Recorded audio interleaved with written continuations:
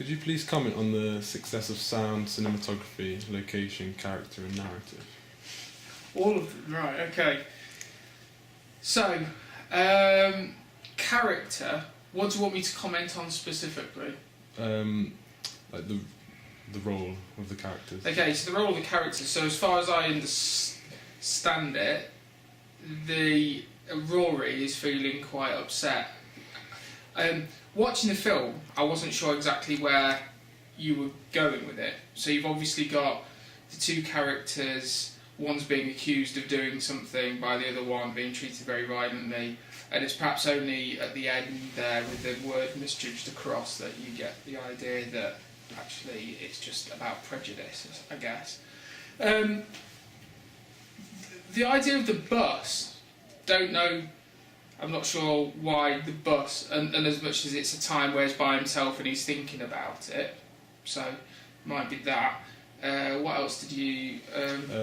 Sound, cinematography, location, narrative. Yeah, well, so location, I guess, the idea of the bus and in the dark, that's the kind of idea, it kind of gives you ideas of, I guess, really torture, waterboarding the Americans, what you get an idea of they were doing in Iraq.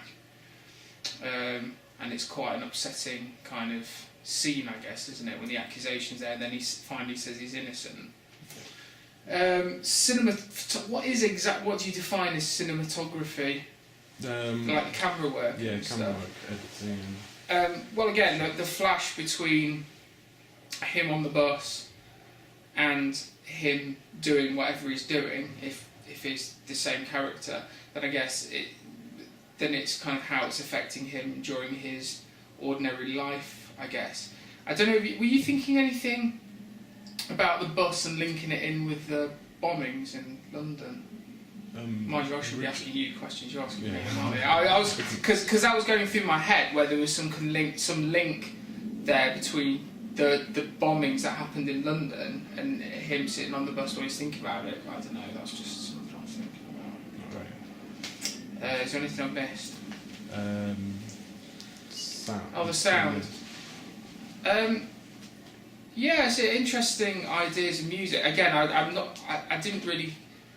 I wasn't actually listening to the words of the music. I don't know if that was a point to listen to the words of the music as you were watching it. But yeah, I didn't really, not really got any thoughts on it. I probably want to know why you chose that, unless it's like ordinary kind of music to go with what would be an ordinary day and he's an ordinary person pondering what he's done before. But I don't really know about that. Okay. Should we talk about that? We chose that type of music because we thought that it starts very slow-paced and threatening when he's being interrogated, and then it picks up. Then the song picks up when it's the quicker cuts. So when the interrogator hits the suspected terrorist. Yeah. And Okay. keeps The music picks up in pace. Oh right. Okay. Yeah. So that's why we chose. Yeah, that makes sense. Yeah. Next question. Do you feel representations established in the opening sequence give any sense of challenging common media representations? So, like, does it challenge ideas of race or gender? Well, I guess not so much. I wouldn't have said gender, but certainly, yeah. The start with him sat on an ordinary bus is a very British kind of thing to do, isn't it? Travelling to and fro, so it kind of makes you think that he's an everyday person, you know, I don't know, white, Christian, whatever an everyday person in Britain is. And then, yeah, the pictures of Omar, you know, with him being black around him just in the chair, as I said, it does kind of play on kind of the stereotype of the terrorist, and also what you've got. I presume he was speaking in Arabic, yeah. So that kind of conforms to what your stereotype perhaps would be, somebody with very passionate beliefs under the most extreme pressure would continue with that kind of passionate belief. So yeah, I would say they fitted and worked on stereotypes that you have in your head initially of that kind of everyday British role and potential kind of terrorist role, and the determination they would have, until of course we find out when he says, you know, I didn't do it.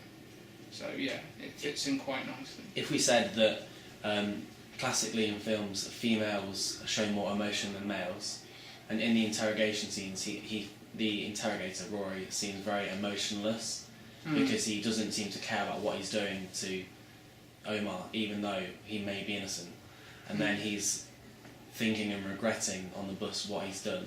Yeah.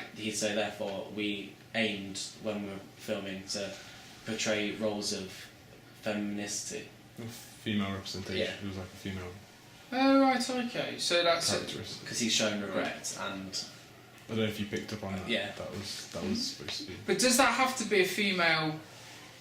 Does that have to be a female? Yeah, that's what we're supposed to be. That's what we're trying to get. That's what the representation is. We're supposed to be trying that. Oh right, I see. Okay, no, probably didn't get that. Okay. Next question. Does the opening clip excite you? Would you like to see more? I think it's interesting because you always wonder where it's going. Like I said to you before, you're kind of wondering when it's flashing to and fro where it's actually going to meet. And it's perhaps, it's good because later on when you say, I'm innocent, that's when you start to clue in that actually what he's thinking about on the bus is to do with some action that he may have taken that now is kind of, he's regretting it. Mm-hmm. So yeah, I guess you want to know, what's he doing in the future? Presumably his job is some kind of army inquisitor or something, I guess. So does that, once it's occurred to him what he's done, how does that represent itself in his character in the rest of the story, I guess? So yeah, I think it does. Okay, good. Does our product use conventions of a thriller of this nature? So like a terrorist plot, what do you think it's conventional? Well, I think definitely the him sat with a light on him with the dark around. I think that definitely conforms to that kind of an idea. Definitely, the one on the bus. I don't know. I have seen a few films start like that, but the terrorist thing's very strong. It stands out a lot. Muttering the Arabic with his head down, like cowed and stuff. So yeah, I would say. Okay. Last question: Is it over reliant on conventions? Could we have done it differently? Is it too similar to what is out there already?